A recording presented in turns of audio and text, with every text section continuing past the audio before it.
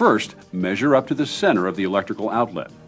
Then, measure up from the floor the same distance at the proposed inlet site. This will be the center of your inlet valve. Take a wall mounting bracket, cut or snap off the new construction flange, and dispose of it. In new construction, nail the tab to the stud. Use a level, then measure and create a precise box using these dimensions. Take a utility knife and score the outside lines.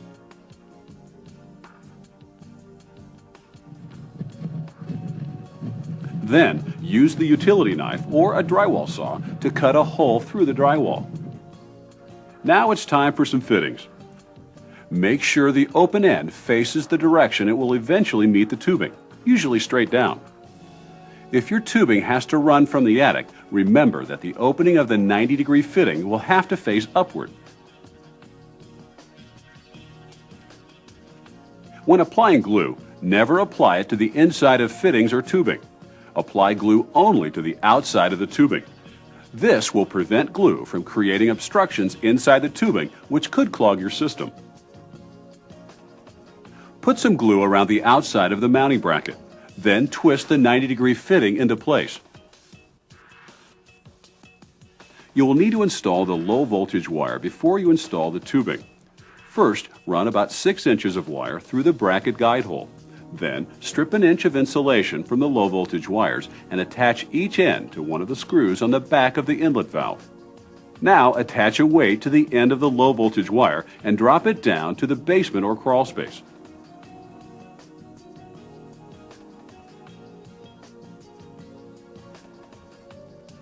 Gently insert the mounting bracket into the wall hole, first down, then up, centering it. Get a wire hanger and insert the hooked end of the hanger down into the 90-degree elbow to hold the bracket in place. Then slide the inlet valve into the mounting bracket.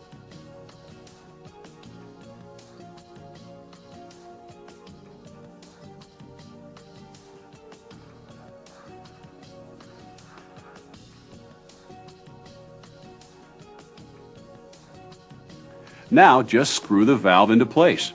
A word of caution, inlet kits come with both long and short screws, so be sure to use the short screw in the hole facing the elbow, since the long screw could puncture it. Remember to refer to the manual for full details. If you can't locate a hollow wall or the space between your walls isn't wide enough, there are two alternatives. The first, as we've already discussed, is to run the tubing through a concealed area, such as the inside of a closet. Then run the tubing downward. The other is to forget the wall entirely and use a floor-mounted inlet. For two-story homes, you'll need one or more inlets on each floor. Instead of trying to line up inlets from one floor to the next, the easiest and best way to handle second-story inlets is to run a separate line from the upstairs inlet valve to another branch or to the main trunk line. Upstairs, beneath the site you selected for the inlet, cut a hole just large enough to allow you to reach the second floor sole plate.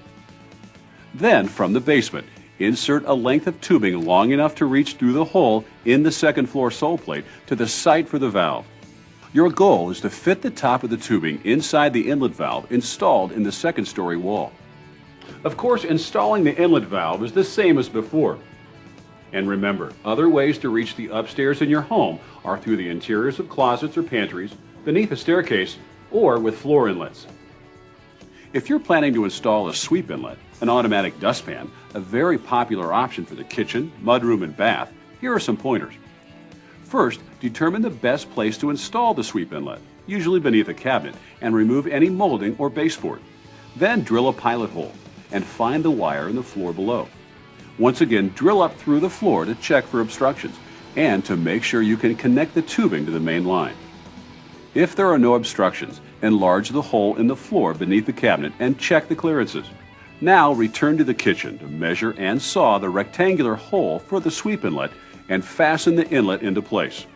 In the basement, attach the tubing and string the low voltage wire just as you would for any inlet.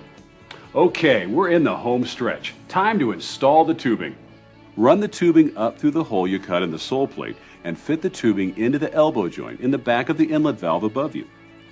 One of the most crucial things you'll need to do is make absolutely straight cuts. Angled cuts can lead to crooked tubing and gaps that reduce suction power, or to pockets that could accumulate dirt and clog or block the tubing. Remember, 3/4 of an inch on each end of the tubing will go into a fitting, so take that into consideration when measuring and cutting. And be sure to file and deburr each end of the tubing with a knife or file before you fit it into place. Next, just apply glue to the tubing only and twist it tightly into the fitting. Now, all you need to do is measure each section of tubing according to what you need. Measure, cut, deburr, glue, and connect. It's a good idea to piece together 2 or 3 sections of tubing without glue at first to make sure things fit properly. Then mark the connections so you put them together the same way. While assembling the tubing, use clamps to hold the sections in place. Wherever you connect to an inlet, you'll also have to connect the wiring. Strip the wires and join one from each inlet to the wire leading to the power unit. To make sure the polarity is right, always attach wires of the same color to each other, typically copper to copper and silver to silver.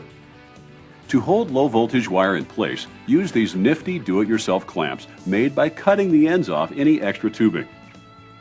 If you have 2 runs of tubing, you'll want to join them to the trunk line going to the power unit. These sweep T fittings are included for that purpose. But a word of caution, always make sure the curve in the fitting points toward the power unit. Otherwise, dirt, dust, and debris could accumulate and block the tubing. If you have to drill through blocks or concrete, you'll probably have to rent a hammer drill or masonry hole saw. Then, run the tubing through and patch the hole once you're up and running. Before drilling, check your local building code for special firewall penetration regulations. Your code will also tell you if steel tubing is required. Now, hang the power unit on the mounting bracket. Connect the low voltage wires to the power unit using the supplied connectors. Then plug the power unit into the dedicated electrical outlet. The sentry light should come on. Flip the switch and the power unit should come to life. With all systems go, attach the last section of tubing to the power unit. Do not glue this section because you may need to disconnect the system at some future date. And if your system came with a muffler, clamp it to the exhaust pipe.